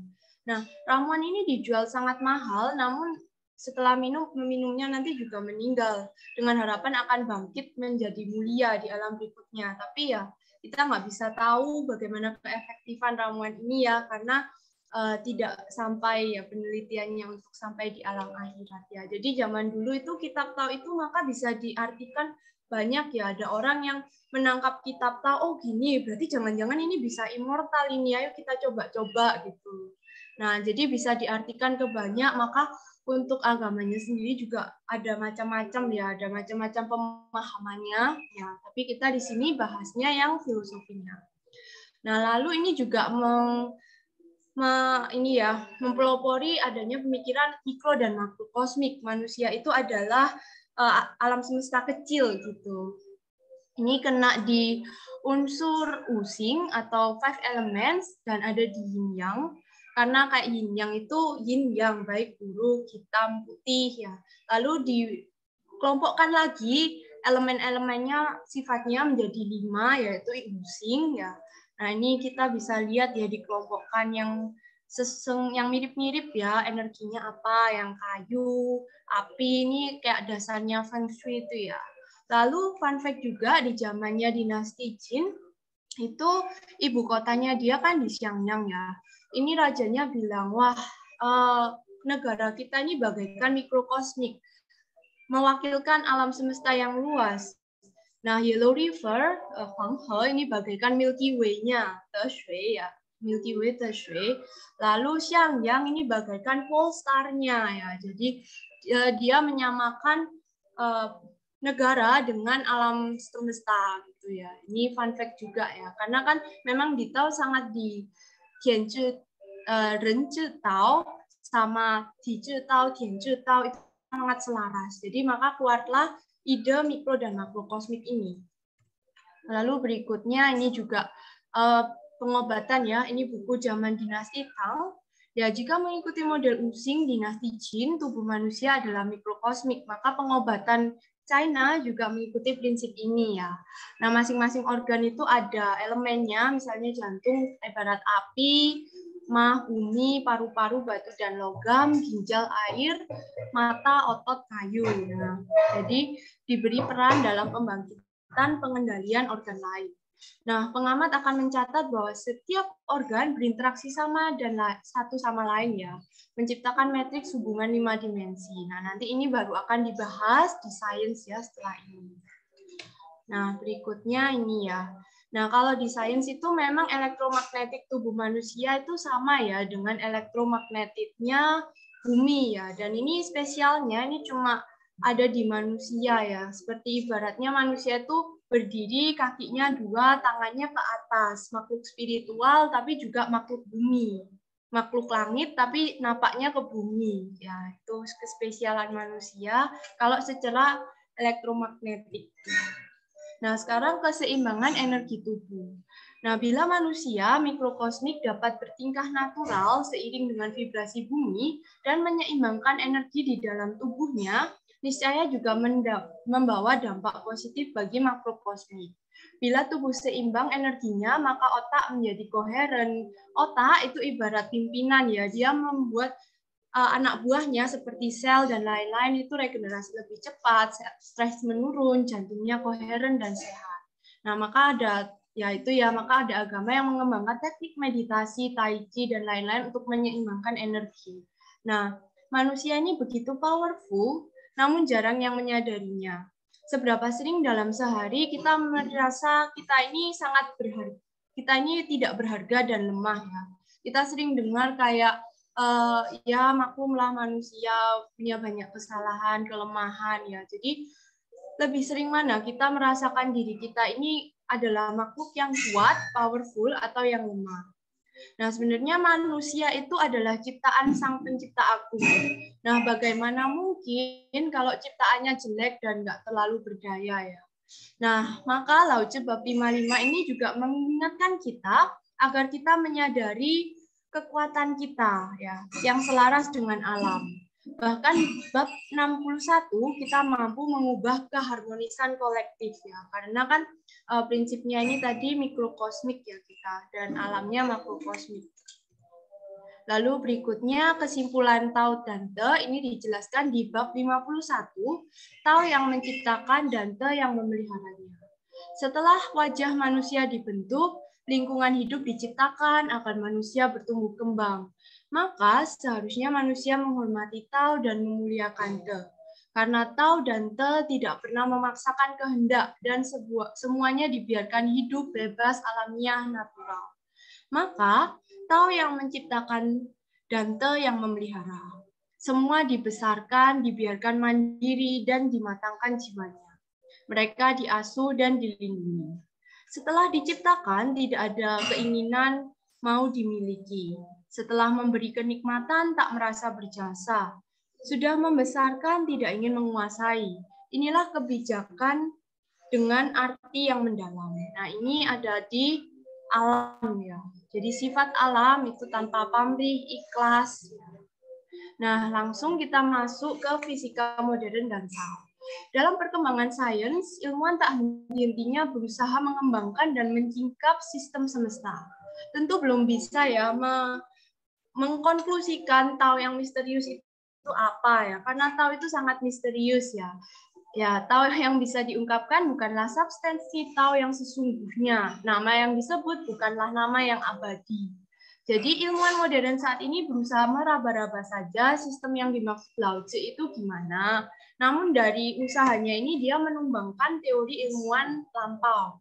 Misalnya ini ya, dulu kita percaya Newtonian ya. Memang sangat berjasa sekali Isaac Newton ini, ada hukum gravitasi, gerak, dan lain-lain. Namun dia berkata bahwa semesta ini seperti mesin raksasa di mana ruang dan waktu itu absolut. Nah, namun dibantah terus ya. Nah, dibantah, sebenarnya ruang dan waktu itu nggak absolut ya. Dari penemuan fisika kuantum sampai Albert Einstein mengecewakan fisika Newtonian ini karena time is relative ya. Lalu ada teori string teori yang masih misteri juga, masih diraba ya. Dawai-dawai energi yang sangat kecil bergetar bisa untuk menjelaskan fenomena dalam kehidupan sehari-hari. Lalu kita sedang mengembangkan suatu saat di masa depan akan menemukan cara ya bagaimana ya sebenarnya dunia kuantum dalam dunia ini bekerja. Bagaimana tahu itu bisa digambarkan kayak gitu, tapi belum bisa ya, masih dalam proses. Namun kita bisa lihat dari sini. Pada abad ke-20, Einstein memberikan referensi terkait kekuatan misterius ia yakini berada di alam semesta yang kita tinggali. Alam itu ibarat singa dan hanya memperlihatkan kepada kita ekor singanya. Nah, jadi ini tuh Einstein membicarakan tentang kekuatan yang lebih dari apa yang tampak sebagai realitas kita. Ya, kita tidak bisa melihatnya melalui titik kosmik tertentu.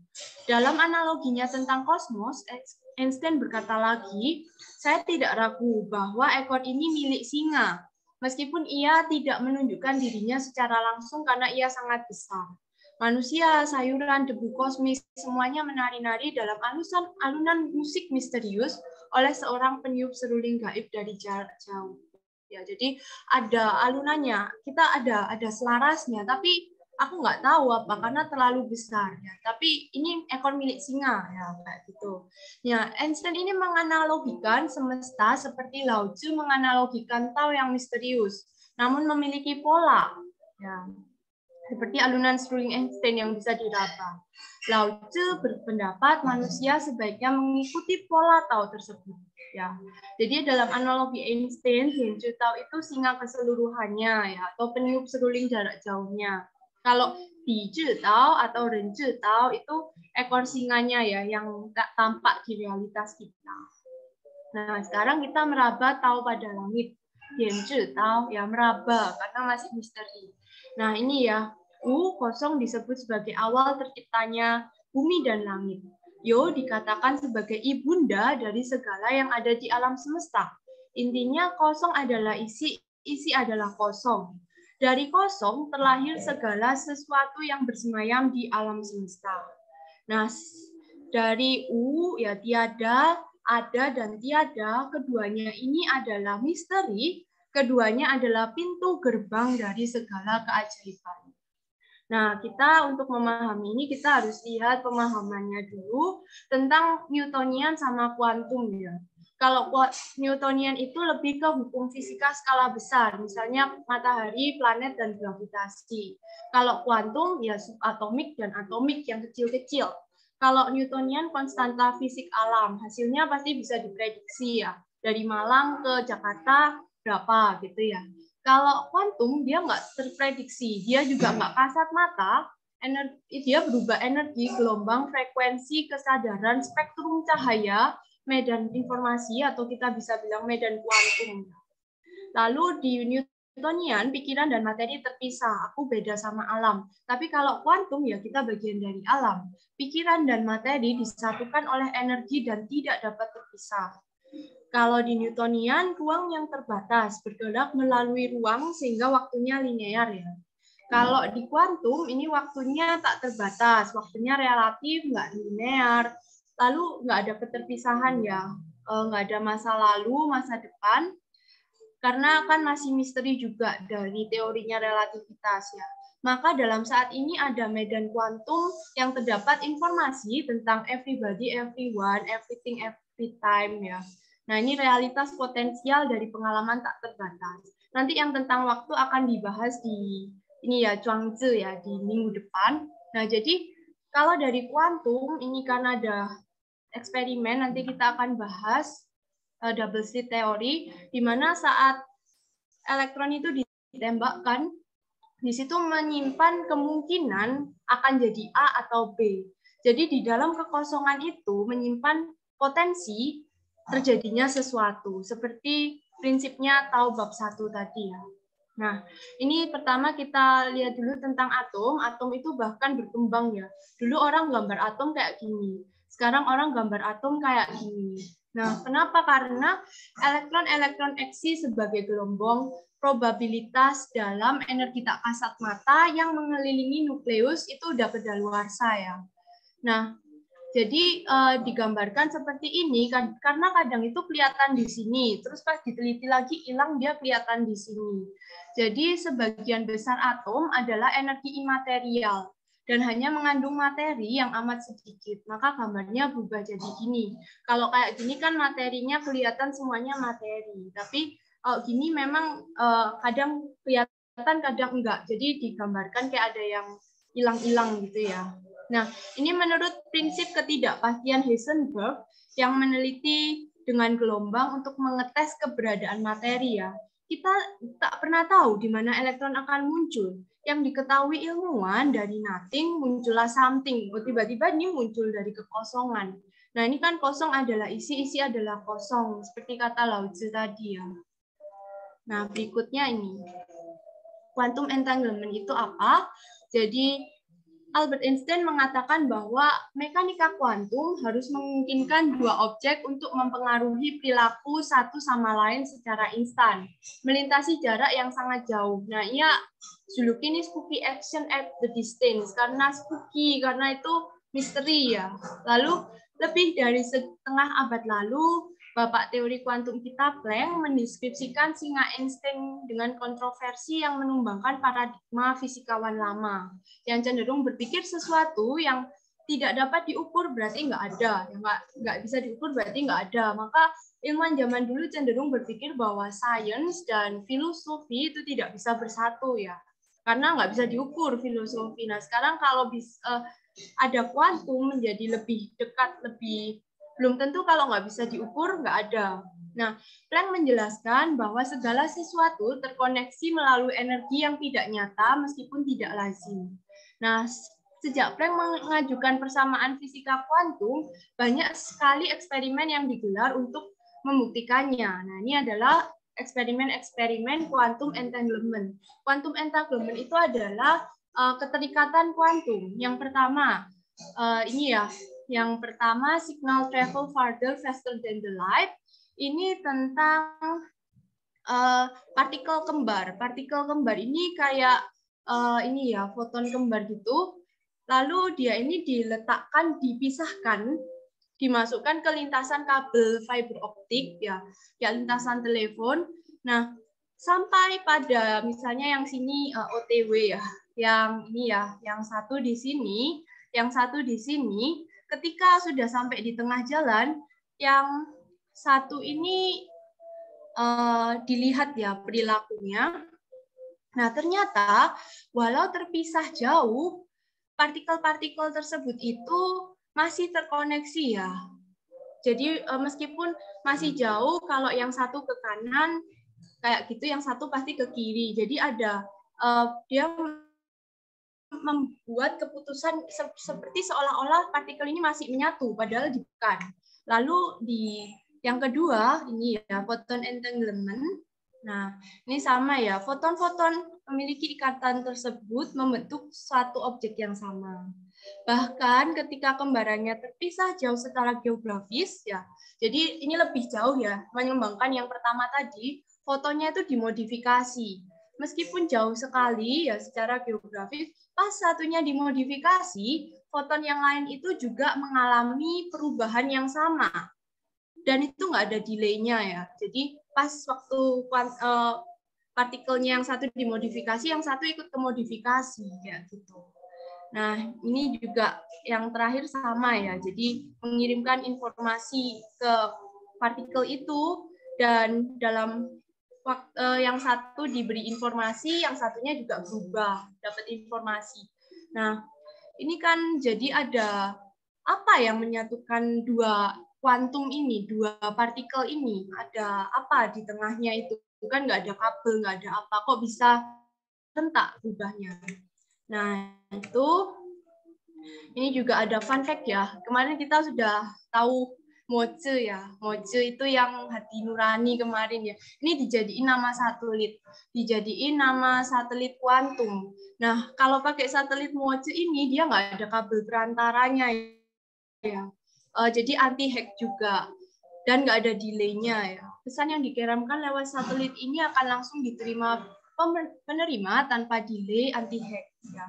Lalu dia pakai kriptografi kuantum. Jadi otomatis ya kalau yang sini neken apa, yang sini otomatis berubah kayak gitu.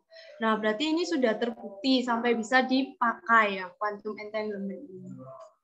Nah, berikutnya ini tentang matrix ya. Nah, kita sendiri kan juga berasal dari Big Bang. Kalau kita ikut teorinya Big Bang ya, dari teori ledakan besar. Nah, ketika di sini ini kan kosong ya. Dari kosong muncullah isi ya, kosong.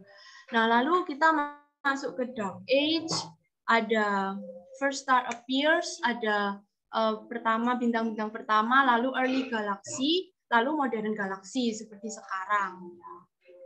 Nah, lalu dari galaksi ini kita juga ini ya ada galaksi kita itu di sini ya. Milky Way itu di sini. Nah, ini adalah gambar supercluster ya yang saya tunjuk dengan panah. Ini namanya Laniakea atau surga dalam bahasa Hawaii. Nah, yang biru dan kuning ini cuma membicarakan tentang air alurnya. Jadi mereka itu galaksi itu kayak nari-nari gitu ya. Lalu di sini tuh bergesekan. Nah, dari gesekan galaksi-galaksi yang lama ini ya, dari gesekan-gesekan ini itu ada partikel besi ya, partikel besi, dan itu adalah cikal bakal nadinya manusia. Jadi sebenarnya nadi saya sama nadi rekan-rekan itu bahannya sama ya, semuanya dari sini. Jadi sebenarnya itu kita semua satu ya. Nah ini ya, cikal bakal nadi manusia. Nah, jantung kita secara fisik itu sebenarnya terkoneksi satu sama lain. Nah, sekali sesuatu pernah menyatu, ia akan selalu terkoneksi dengan kesatuannya, baik secara fisik ataupun tidak. Nah, energi yang menyatukan semua itulah yang disebut oleh ilmuwan modern adalah matriks.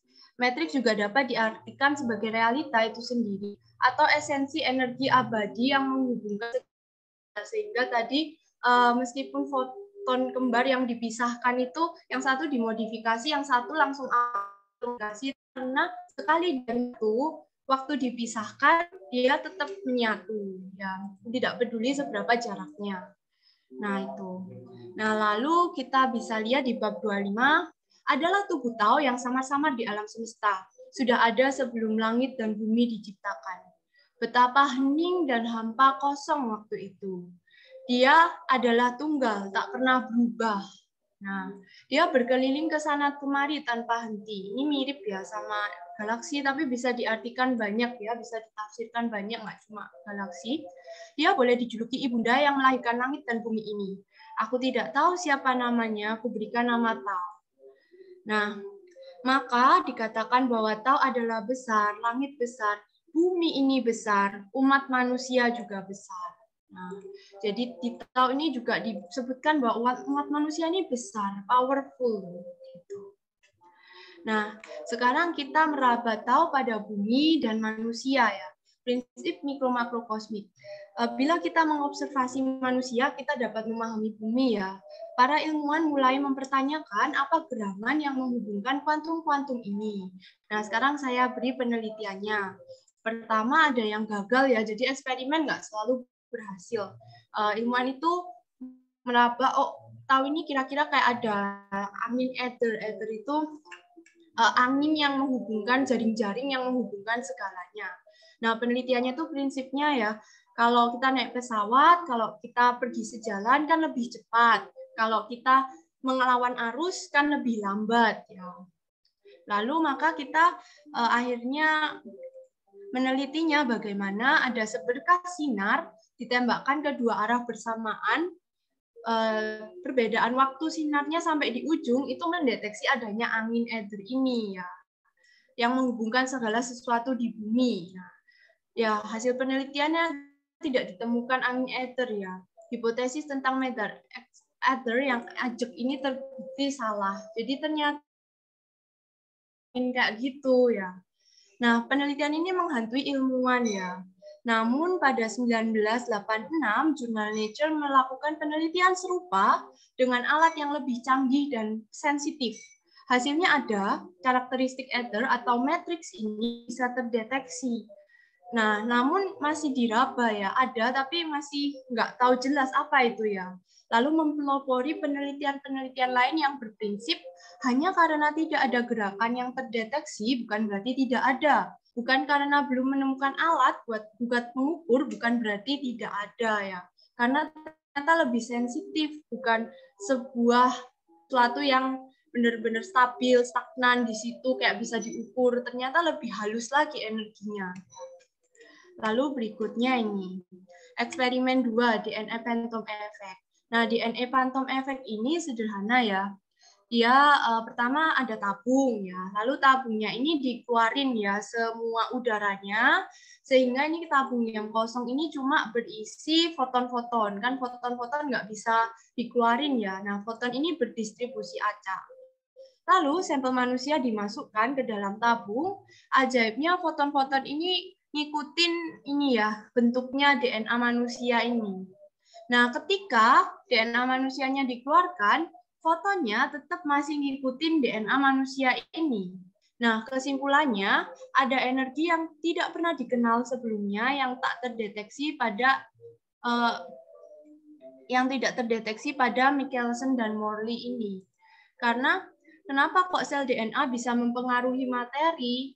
Ya, padahal kan DNA-nya nggak ngapa-ngapain kok bisa mempengaruhi foton-foton tersebut. Ya, gitu. Nah, eksperimen ini membuktikan adanya konektivitas kuat yang dianggap sakral oleh tradisi-tradisi kuno ya.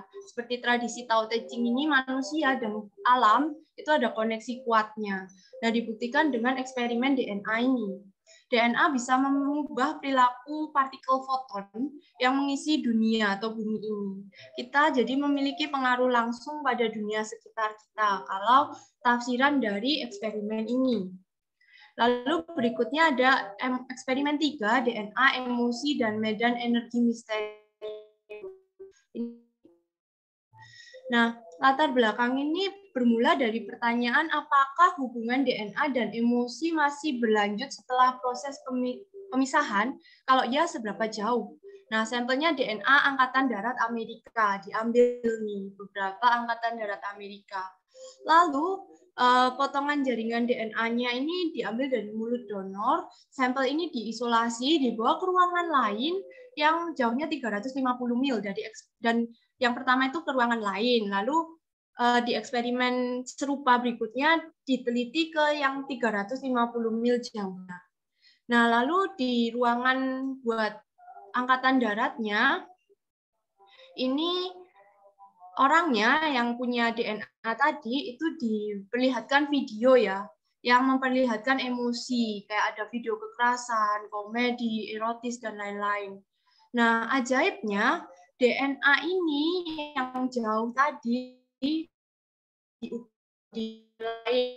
lihat apakah dia masih merespon emosi pemiliknya, pendonornya. Ternyata sama ya, lihat video kekerasan, kaget dia. DNA-nya seperti itu, koneksi secara fisik dengan tubuh pemiliknya. Nah, terus apa nih yang ada ya, berarti kan ada sesuatu yang menghubungkan antara DNA ini sama pendonornya.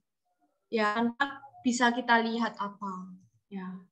Nah, eksperimen ini menunjukkan di antara jaringan hidup ada medan energi yang belum terdeteksi, sel-sel dan DNA berkomunikasi energi itu, emosi manusia memiliki pengaruh langsung terhadap DNA. Berapapun jaraknya, pengaruh akan tetap terjadi seketika. Mau dipindah ke ruangan lain atau 350 mil, tetap ya, nggak ada delay-nya, nggak ada pending-nya. Nah, berikutnya, eksperimen keempat, Conscious Intention on Human DNA. Nah, ini antara tahun 92 sampai 95.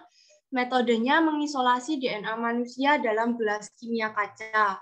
Kemudian mengeksposnya pada bentuk emosi yang kuat, disebut emosi koheren.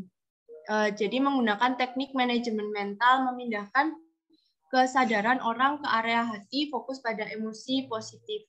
Jadi ada DNA-nya itu dipisah ke gelas kaca, terus pendonornya ini diberi emosi positif ya. Gimana deh caranya buat pendonor ini happy, diputerin film bahagia, dikasih surprise, diajarin meditasi dan lain-lain ya. Atau disuruh doa. Nah, ternyata emosi manusia ini dapat mengubah bentuk DNA-nya. Nah, ini yang keren lagi ya. Kita dikondisikan untuk percaya bahwa DNA tak bisa diubah. Namun dari penelitian ini DNA kita bisa kita ubah sesuai kesadaran. Tapi saja kan ada double helix ya. Jadi yang bisa diubah yang pakem itu karena kalau diubah bisa nggak normal manusianya. Nah, Lao Tzu mengatakan bahwa energi tubuh manusia yang mengikuti prinsip ya nggak ego, nggak mementingkan diri, akan seperti bayi yang baru lahir.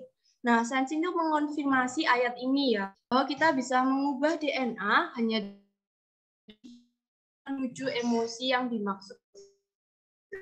Nah, jadi kita bisa membahan dan dengan baik. Lalu keseimbangan DNA tubuh. Manusia itu begitu powerful, namun kadang tak menyadarinya. Manusia adalah ciptaan Sang Pencipta Agung, bagaimana mungkin keberadaannya tak terlalu berdaya dan sia-sia. Nah, sains mengkonfirmasi bahwa satu, kita dapat mengubah DNA kita dengan menyadari emosi kita dan menjalani hidup dengan prinsip Tao. Yang kedua, DNA dapat mempengaruhi sekitar. Bayangkan bila DNA kita adalah DNA yang telah kita kondisikan sesuai prinsip Tao misalnya. Nah, mungkin realitas di sekitar kita juga harmonis, seperti bab 61 tadi ya, niscaya hidupnya aman kalau kembali ke pelukan ibu bumi ya. Nah, lalu ini eksperimen yang terakhir ya. Nah, ini eksperimen 5, single slit eksperimen. Kalau single slit eksperimen ada satu celah, elektron ditembakkan, dia jadi partikel ya, dideteksi secara partikel, maka ilmuwan bilang, oh elektron ini adalah partikel ya, mirip partikel ya. Ini percobaan celah tunggal, tapi mulai membingungkan pas masuk ke double slit eksperimen. Gimana kalau celahnya itu celah ganda? Ketika atom ditembakkan, ya ini hipotesis ya, hipotesisnya itu bakalnya ya kayak gini ya, karena yang pertama tadi sebagai partikel. Berarti kalau celah ganda ya elektronnya akan muncul di sini sama di sini karena dia partikel gitu. Ternyata setelah kita ujikan nggak sesuai dengan hipotesis, kok jadinya kayak gini ya, jadinya kok di targetnya ada banyak garis, berarti diperkirakan elektron itu kayak gelombang gitu. Wah, kayak gelombang. Nah, berarti dari hasil penelitian pertama ini, ilmuwan menyimpulkan bahwa atom atau elektron itu bekerja seperti gelombang, bukan seperti partikel. Nggak sesuai sama hipotesa, nggak sesuai sama single slit eksperimen. Lalu coba lagi. Tiba-tiba, ilmuwan itu suruh mengamati elektron ya. Jadi, yang tadi diamati nih. Nah, sekarang ada which way detector, ada detektornya di sini. Jadi ada ilmuwan yang mengawasi jalannya elektron ini. Nah, secara nggak sadar ilmuwan ini kan hipotesisnya hipotesis pertama, dia ingin lihat elektron sebagai partikel. Terwujud, elektronnya jadi partikel ya loh. Kok beda? Ya tadi jadi gelombang. Pas aku amati kok jadi partikel gitu. Lalu penelitian berikutnya ya. Penasaran, cobalah aku matikan kameranya ya, nggak aku awasin dia partikel atau jadi gelombang, pas nggak diawasin dia balik jadi gelombang. Nah terus bingung ya ilmuwan yang bener ini gelombang atau partikel ya. Oke kalau gitu kita akan nyalakan lagi gimana? Loh kalau aku amatin kok jadi partikel lagi gitu. Nah lalu timbullah perdebatan. Kapan elektron ini berubah? Apakah saat ilmuwannya memikir itu atau kabelnya ini atau gara-gara alatnya? Ya. Jadi ada banyak interpretasi ya. Nah kita lihat interpretasi yang pertama Copenhagen. Pada tahun 1927 Niels Bohr sama Heisenberg ini berkata bahwa alam semesta ini eksis sebagai kemungkinan ada dalam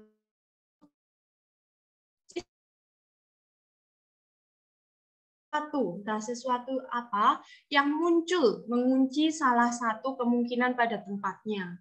Lalu interpretasi multiverse ya, ini kayak di film-film ya. Nah ini dari Hugh Everett. Nah berarti kalau misalnya yang realita yang kita nggak observasi itu ternyata ada, berarti kan di dunia ini ada banyak realita, maka ada jalur, ada dunia-dunia lain yang tidak kita amati. Gitu. Lalu interpretasi Penrose. Penrose menyatakan bahwa elektron-elektron ini memiliki gaya gravitasi. Karena gravitasi tidak stabil, maka kemungkinan lainnya akan runtuh. Dan kita lihat sebagai realitas kita. Nah ini baru ada variabel baru ya, ada gravitasi dimasukkan. Nah, subjek ini masih terus ya diteliti sampai saat ini, masih banyak berdebatkan. Nah, lalu menurut Michio Kaku, 3 interpretasi ini kurang satu. Apa itu? Nah, ada missing link. Apa yang menghubungkan semua ini? Dan itu mirip seperti Tao yang misterius itu. Para ilmuwan menjulukinya matrix. Adalah faktor yang hilang dari berbagai nggak ada kenapa ilmuannya sih gitu. Nah kan Manusia punya kemampuan mempengaruhi realitas sekitar melalui pikiran, rasa, emosi, dan keyakinan kita, seperti DNA efek dan lain-lain tadi ya. Nah, baik eksperimen-eksperimen ini dan Lao Tzu sepakat bahwa ada kekuatan yang menyatukan segalanya bersama-sama. Penelitian juga mengkonfirmasi bahwa keberadaan kita mempengaruhi. Nah, dan ini ada kesimpulan tentang participatory universe. Menurut ini alat semesta partisipatoris, kita bahkan tidak mampu membayangkan sebuah semesta yang tidak memiliki pengamat. Karena material penyusun alam semesta paling utama partisipan, tapi menurut ilmuwan tadi ya. Nah, lalu bagaimana sih realita kita? Ya, kita sekarang harus memahami dulu tentang dimensi kita hidup. Nah, ini maksudnya dimensi yang kita hidup ya. Jadi semua di realita ini adalah 4D ya, atau space time ya, panjang, lebar, dalam kali time. Kita hidup di 4D.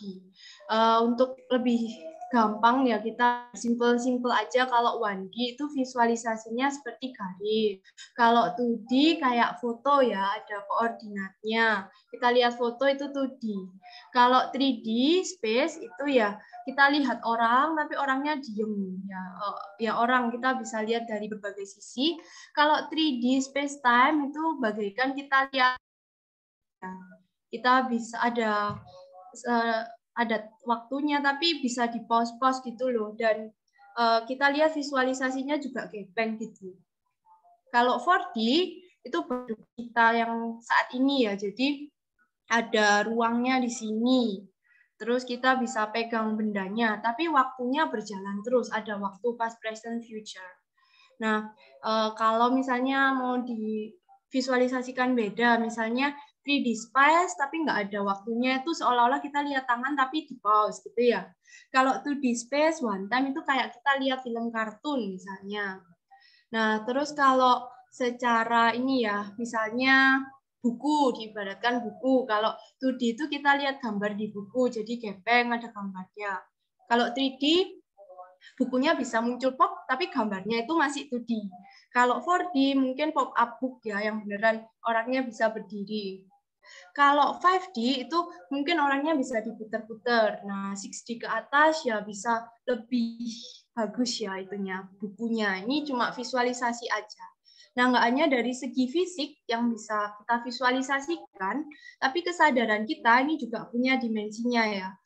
Contoh, hewan cenderung berkomunikasi dengan terbatas. Lalu dia juga cuma mengenal saat ini, kayak monyet tadi gitu. Karena fokusnya dia di 3D, dia nggak terlalu aware sama time. Tapi kalau manusia itu didesain dia berpikirnya 4D ke atas ya. Bisa mengenali ini. Dari Yowei menjadi Kuwei, prinsipnya itu sama seperti ajaran Lao Tzu. Beralih dari yang ada menjadi kosong, dari something menjadi nothing. Nah, bagaimana kesadaran yang berbasis kuantum fisika ini menjelaskan ini ya. Kalau menurut kuantum fisika, Yowei itu ya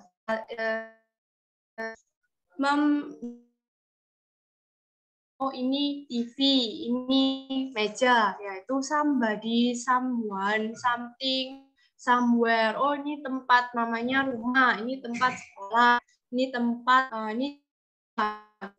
Tapi kalau kita masuk ke realitas kuantum, ya seperti elektron tadi, kok dan ketidakpastian Heisenberg ya. Oh, kadang ada, kadang nggak ada. Apakah ini nobody, no one, no things, nowhere, no time. Jadi kita masuk ke realitas yang ya nggak seperti Newtonian ya, yang lebih misteri lagi ya, bisa masuk ke nobody. Jadi kita bisa mengalihkan kesadaran kita bahwa sebelum jadi somebody itu nobody. Ya, I'm nobody, no one. Nah, untuk lebih jelasnya, misalnya ini, kalau Yowei, perhatian pada objek, benda, orang, partikel. Kalau Uwei, ya secara 5D, secara kuantum, perhatian pada ruang, energi, frekuensi, gelombang, informasi. Jadi lebih yang dilihat itu frekuensinya, gelombang, vibrasinya. Kalau ini lebih lihat materi, kalau ini yang Newtonian itu di 3D sampai 4D ya, karena waktu linear. Tapi kalau di kuantum itu 5D, karena waktunya udah relatif. Lalu kemungkinan terbatas, ini kemungkinan tidak terbatas. Kalau UV bisa diprediksi, UV nggak bisa diprediksi. Kalau Newtonian ruang dulu baru waktu, kalau ini waktu dulu baru ruang. Nah, ini keterpisahan polaritas lokalitas, nanti di UV ini ada konektivitas dan non-lokalitas.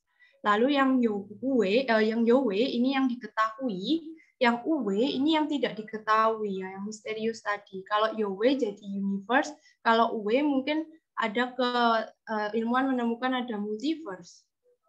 Kalau YOW berdasarkan panca indera, apa yang kita rasakan, apa yang kita lihat dan kita ukur. Kalau UW mungkin ada sesuatu di luar panca indera kita. Lalu berikutnya ini ya, hubungan antara waktu dan ruang 5D ini bakal dijelaskan lebih dalam di Chuangzi. Namun di sini ini ya, ini Xiancai atau saat ini segala sesuatu adalah kekal terjadinya di momen sekarang ya. Nah, saat melintasi waktu, Anda melintasi ruang atau realitas lain. Misalnya ini ya, ini realitas Anda dan ini saat ini sebelum Anda membuat realitas ini ya. Nah, ini jumlah kemungkinannya itu infinity ya. Jadi momen sekarang itu yang benar-benar menentukan apa realitas kita, dan dari momen sekarang itu kita punya kekuatan untuk membentuk realitas kita, kayak yang tadi teori double slit eksperimen ya. Realitas yang kita hadapi ini akan jadi tidak terbatas. Kita nggak tahu realitas kita gantung kesadaran kita saat ini untuk menentukan realitas kita ya saat itu. Bisa jadi kita di sini atau di sini gitu. Kalau menurut interpretasi yang tadi double slit eksperimen. Nah, lalu apa terjadi setelah UW dalam sains? Di medan kuantum tidak ada keterpisahan masa lalu depan. Namanya eksperimen yang kekal. Dengan kesadaran energi di medan kuantum beralih menjadi somebody to nobody. Jadi kesadarannya berubah somebody ke nobody karena kita nggak tahu apa realitanya, karena dalam ada banyak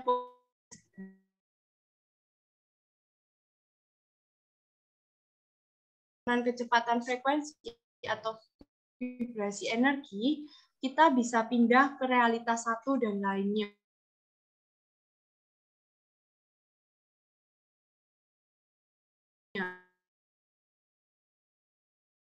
Dimensi, pengalaman, dan semuanya tidak terbatas ya, kalau menurut fisika kuantum ini. Maka di medan kuantum yang tak terbatas atau UW terdapat kemungkinan realitas potensial yang frekuensinya tidak terhingga, juga mengandung informasi tentang everybody, everyone, everything, dan every time. Jadi isi adalah kosong, kosong adalah isi. Nah, demikianlah sains merepeat lagi bab satunya Tao Te Ching ya. Tao Fa Zhiran, jadi semuanya natural. Wu Wei Er Zhi. Lalu ini Yo Wei.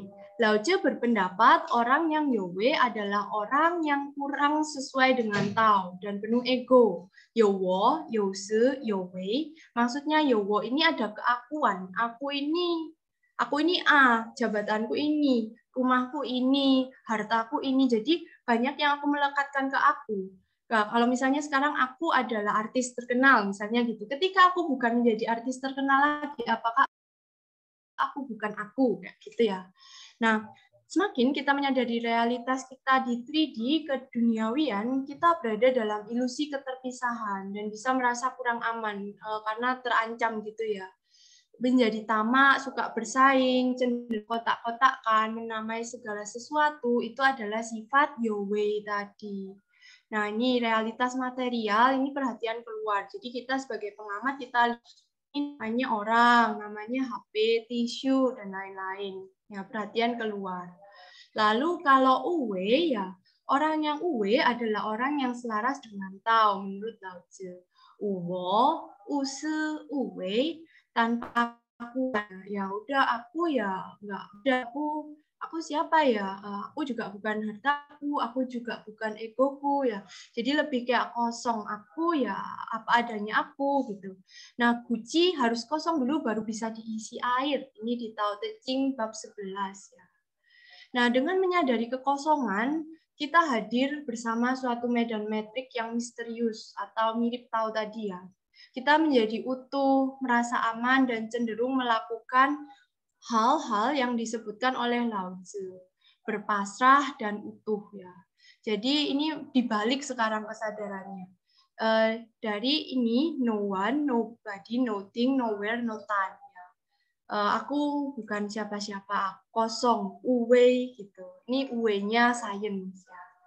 Lalu berikutnya ini, tian ti zhi shi you ming, wan wu zhi shi you ming, wan wu zhi mu. Lao Tzu berpendapat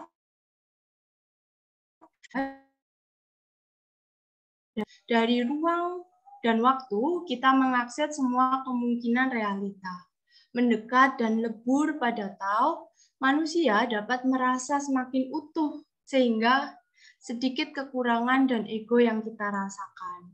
Itulah pintu gerbang keajaiban dan kebebasan dalam Tao Te Ching, Uwo Er Zhi You. Jika kita tidak melekat pada keakuan, maka kita akan merasa bebas. Bila kita rela melepaskan sesuatu, itulah kebebasan. Jadi kita nggak pernah merasa takut kehilangan. Nah, ini adalah kesadaran yang manunggal ya, dari tanpa ruang waktu, tanpa ruang dan tanpa waktu menjadi seluruh ruang dan seluruh waktu. Dari kosong menjadi ada. Jadi dari kita dengan ini ya nobody kosong. Lalu kita menyadari bisa mengumpulkan segalanya, everybody, everyone, everything, everywhere, dan every time. Nah, oke, jadi balance ya. Bab 1, jika pikiran belum maka Tao dipahami sebatas kulitnya saja. Jadi kalau kita tidak menggunakan gelas, tidak akan terisi aja. Dan sumber yang sama tapi beda nama. Keduanya mengandung misteri dari segala misteri. Pintu gerbang dari segala keajaiban. Jadi dari somebody, realita kita menyadari, oh iya ya, kalau kuantum kan berarti elektron kadang keluar, kadang enggak. Ada prinsip ketidakpastian. Berarti nobody, no one, nothing, nowhere. Lalu tapi dari kosong muncul isi. Berarti bisa jadi everybody, everyone, everything, everywhere, every time. Dan ini nanti bisa dikembangkan lagi tabelnya oleh filosof yang minggu depan ya. Nah, maka dari itu pada bab 14 Lao Tzu berkata, dipandang tidak tampak diberi nama I, didengar tidak ada suara diberi nama Shi, diraba tidak tersentuh diberi nama Wei. Ketiganya masih belum mampu menyebut apa itu Tao, siapa itu Tao, semuanya membaur menjadi satu. Dia samar-samar tidak jelas. Menguasai falsafah Tao zaman kuno mampu menjawab masalah modern zaman sekarang. Memahami awal terciptanya semesta adalah hukum Tao. Ya. Lalu kesimpulan sains ya, jadi ini bentar. Nah, segala sesuatu berada di dalam sebuah matriks misterius atau mirip Tao, maka perbuatan kita di suatu bagian kehidupan pasti memiliki pengaruh dan dampak di kehidupan lainnya. Maksudnya kan ya, jadi yang serupa dengan vibrasi kita akan menarik realita yang serupa dengan vibrasi kita. Ini di kitabnya Choncho. Lalu metrik diilustrasikan sebagai sebuah holografis, yang artinya doa kita yang kita kamar misalnya udah sampai pas saat itu juga kepada orang yang kita doakan atau sang pencipta itu sendiri. Karena doa adalah energi dan sudah berada di mana-mana. Jadi kalau pakai prinsip quantum entanglement ya nggak ada pendingnya ya doa. Lalu sekarang depan itu berkaitan erat. Di masa sekarang kita dapat mengakses potensi realitas tak terhingga. Nah, ini juga bakal yang masa lalu, sekarang, dan lain-lain nanti akan dijelaskan lebih lanjut ya di webinar berikutnya. Nah, sekian dari saya. Terima kasih.